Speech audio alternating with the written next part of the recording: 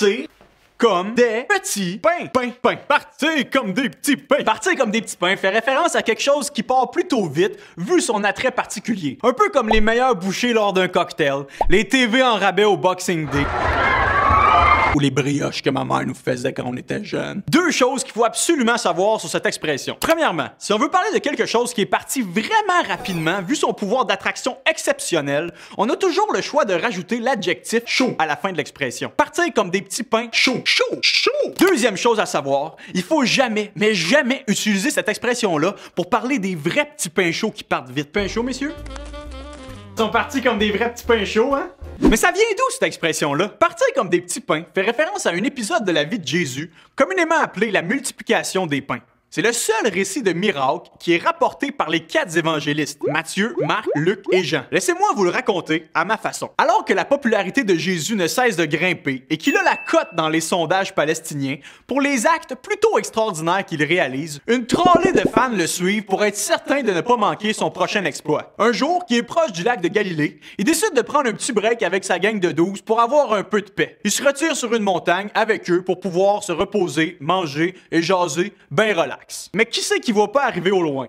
La gang de suiveux pis de curieux qui s'en viennent pour le voir performer. Et là, de minute en minute, des personnes se rajoutent à la foule et le petit moment tranquille avec ses boys vient tout juste de se terminer. Tout d'un coup, Jésus réalise l'ampleur de l'attroupement autour de lui. On parle d'environ 5000 hommes, donc plus les femmes et les enfants, ça fait au minimum 15 000 personnes, si pas plus. Il se met alors à les enseigner sur les principes d'une bonne vie qui plaît à Dieu. Et il est tellement captivant que personne ne voit le temps passer. Les disciples viennent le voir puis lui disent « Écoute Jésus, c'est pas que t'es pas intéressant, mais il commence à être tard, les estomacs gargouillent. On pourrait peut-être penser à laisser aller les gens chez eux, souper puis se reprendre plus tard. » Et là, de manière totalement imprévisible, Jésus répond « Donnez-leur vous-même de la bouffe. » Jésus, c'est parce qu'ils sont comme des milliers, puis même si on mettait tous nos petits cochons ensemble, on pourrait même pas leur donner une bouchée de pain chaque.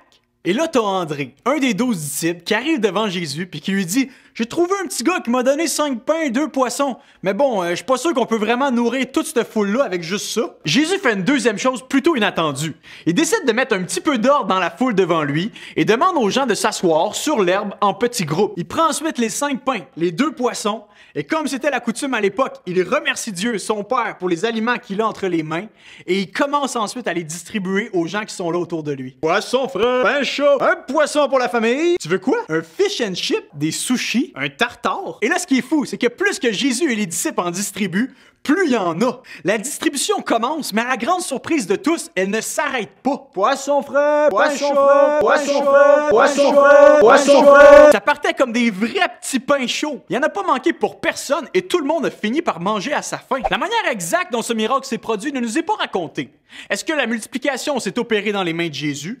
Ou alors que la nourriture était distribuée par les disciples? Est-ce que tout s'est multiplié d'un coup? Ou est-ce que c'était progressif? On ne le sait pas et on le saura probablement jamais. Mais ce qu'on sait pour sûr, et l'élément central sur lequel le texte insiste, c'est que plus de 15 000 personnes ont été rassasiées avec 2 poissons et 5 pains, puis il y en a même resté pour les lunchs du lendemain. C'était comme faire un Thai Express avec une poignée de riz puis 2 crevettes, un Tim Hortons avec 2 Timbits puis 5 roussettes, un McDo avec un Big Mac puis 5 croquettes, avec 2 Big Mac puis 5 croquettes. Au-delà d'éléments prodigieux, cette multiplication des pains nous apprend quelque chose de fondamental sur la personne de Jésus. En fait, la pointe de vérité derrière cet exploit, c'est Jésus lui-même qui l'enseigne à la foule le lendemain de la multiplication. Le récit de l'Évangile selon Jean nous dit que le jour suivant, la même foule qui l'avait nourri la veille se retrouve devant lui. Bon, faut dire que c'est pas difficile d'aimer le gars qui nous a fourni un lunch gratos la veille. De manière très lucide et clairvoyante, Jésus va leur dire « Vous avez pas compris le sens de ce que j'ai fait hier, et vous me cherchez seulement parce que vous avez mangé à votre faim.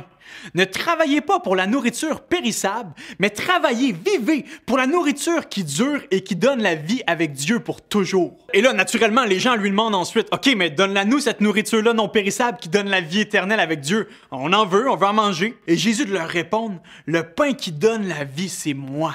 Si quelqu'un vient à moi, il n'aura jamais faim.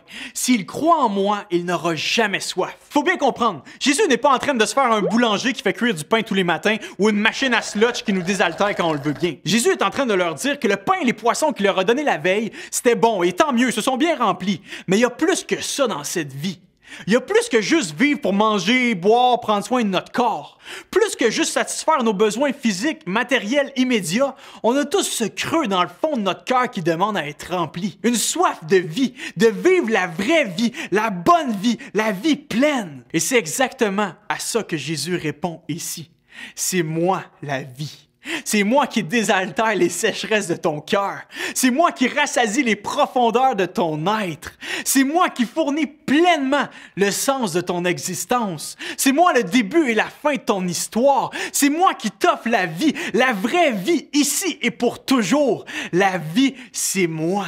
Jésus n'est pas venu premièrement pour nous donner du pain. Il est venu pour être notre pain. Les autres religions proposent des beaux principes de vie, mais le christianisme propose une personne qui vivifie. Les philosophies, les courants de pensée nous proposent des belles options pour mener une vie intéressante. Mais Jésus nous propose plus que quelques techniques et théories pour avoir une belle petite vie. Il est lui-même l'essence de la vie. C'est seulement lui qui peut nous accorder cette abondance de vie, cette plénitude de vie qui commence ici-bas et qui se termine dans l'au-delà. Je vous en prie, ne soyez pas comme cette foule. Ne faites pas partie de ceux qui refusent de croire en Jésus parce qu'ils sont aveuglés par leur conception matérialiste et temporelle. Ne soyez pas de ceux qui courent après un estomac rempli ou n'importe quel autre bien de cette vie, mais soyez de ceux qui courent vers l'ultime source de vie, Jésus lui-même.